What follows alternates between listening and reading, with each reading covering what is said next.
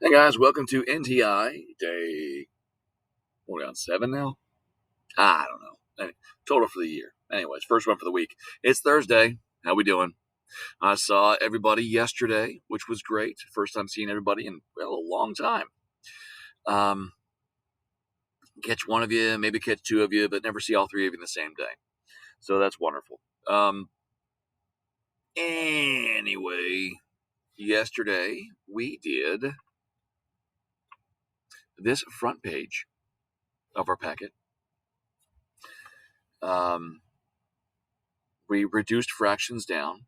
Some of the fractions we found were equal to 0. Some of the fractions we found were equal to 1. Some of the fractions just wouldn't reduce, so we circled them. Mason, since you weren't in class with this might be a big hint to how to complete this page. I'm just going to move on now because, well, I want you to do the work yourself. No offense. All right, here we go. Today's page, again, we discussed it yesterday in class. I know I just said I saw everybody yesterday, but Mason wasn't in class. He showed up a little bit late for Brennan and Gabe. So yeah, that's what I meant by that. Anyway, okay, here we go. Let's take a look. Chris took this fraction quiz. Got some correct, got some not correct. Not in simplest form. We need to take the ones that aren't correct and put them in their simplest form. And Chris, what are you doing, buddy? I think he or she ran out of time. They didn't even complete these over here. We gotta hook them up. We gotta help them out. We gotta do some fractions with them. Okay, let's take a look right here. 2/6 says it's not in the simplest form. What would be the simplest form of that? Well, let's look for our factors of 2 and our factors of 6. We know that 1 times 2 gives us 2, and that's it. That's all as far as 2 goes. And that light's not shining up very well. The color's not shining up. There we go. Put a shadow back on it. 6, we have 1 times 6 and 2 times 3. These markers are running out. So I'm going to choose a different color.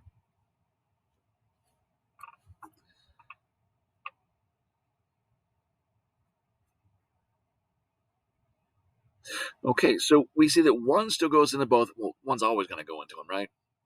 But 2 goes into both 2 and 6. Leaves us with 1 over 3. That's our simplest form. What about this one right here? This looks a little sketch to me. Let's take a look at 9 and 24.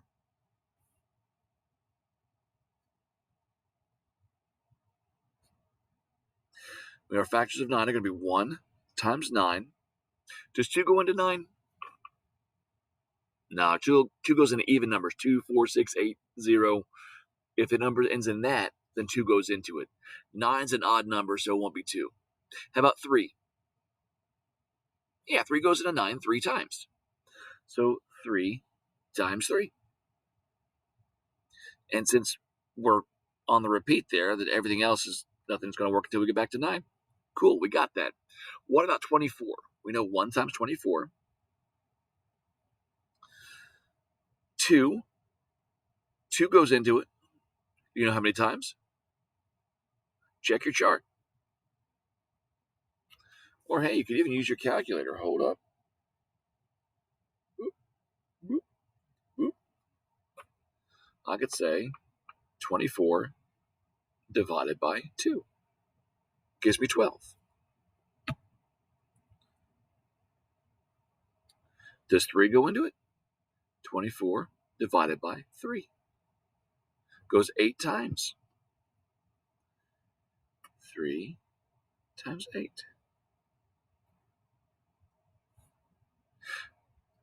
Does 4 go into it? 6 times. So we got 4, 6. Does 5 go into it? 24 divided by 5? We got a decimal. All right, so 5 doesn't go. And we already know that 6 goes because that's on our other side of our line here. So we've got all of our factors of 24. What's our biggest common factor? Does this have a 9 over here? No, there's no 9. How about 3? Yes, 3. But I was 3 over 8. So instead of 3 over 4, 3 over 8. Does that work? That works. Whoa, whoa, whoa, hold up. Look right next to it. 2/10 is equal to 1/10. That doesn't make any sense, right? Because let's say there's 10 dimes in a dollar, right? So to make up a dollar, you got 2 out of 10. So you're saying that 2 dimes is the same as 1 dime. It doesn't make any sense at all. Let's factor this one out. We've already got our factors of 2 right here, 1 and 2. How about 10? 1 times 10 and 2 times 5. That's it. That's all we have for 10. So if 2 is our greatest common factor, it's going to wind up being 1 over 5, not 1 over 10.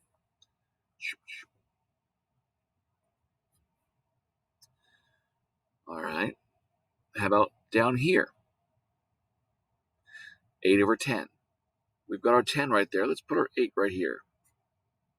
What times what will give us 8? 1 times 8. 2 times 4. Will 3 go into 8? Let's do 8 divided by 3. Oh, a lot of decimals. Nope, not doing it. That doesn't work. Then our next number in the line would be 4, which we've already got. So when we start going back up the line, we know we found all of our factors. Okay, so what's our biggest common factor? There's no 10 over here or 8 there, no 5, no 4 over here. 2 is the only thing they have in common. So 8 over 10 is equal to 4 over 5. 8 over 10 equals 4. Oh, Chris got that one. Good job, Chris. Put a big old C to make that one correct.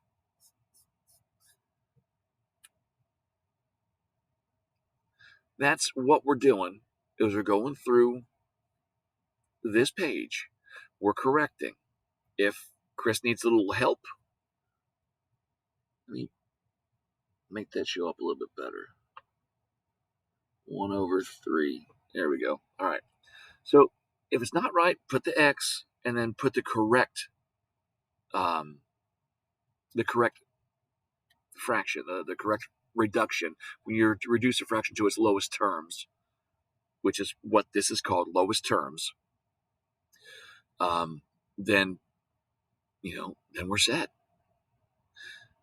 Sometimes we have to look and see what Chris has done. Sometimes we have to do it on our own. Like over here with 7 and 21. What are our factors of 7? Well, that one's kind of easy. That's one of our first prime numbers. So only numbers that go into 7 are 1 and itself. 1 and 7. Let's see about 21.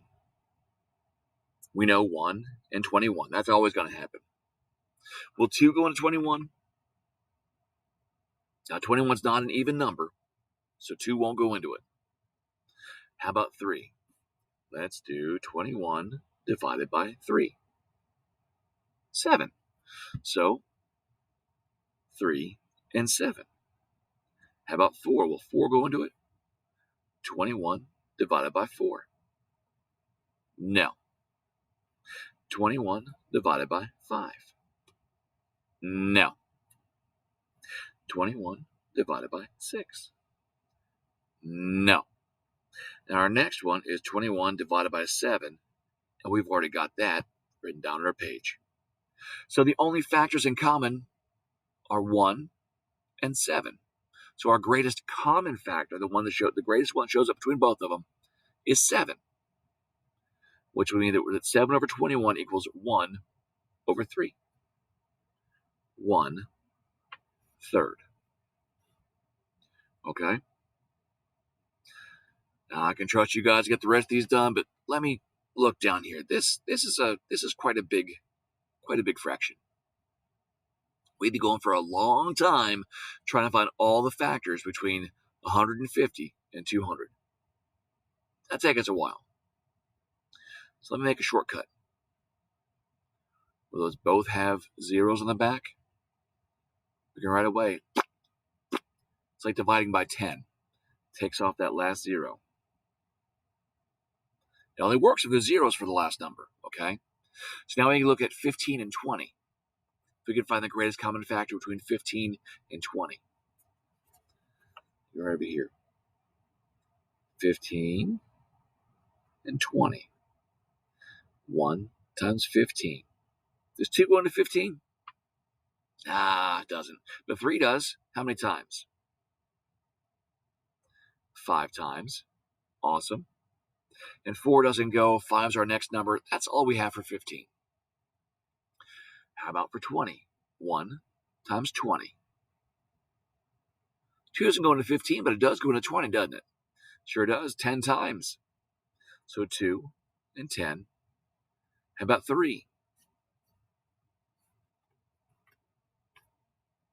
20 divided by 3.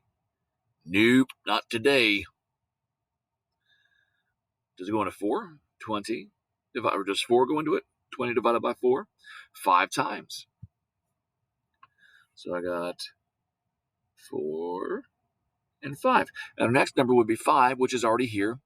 When we start going back up our factors, we know that we've come to the end. Our greatest common factor is 5. That shows up in both of them, right? So 15 over 20 is 3 over 4.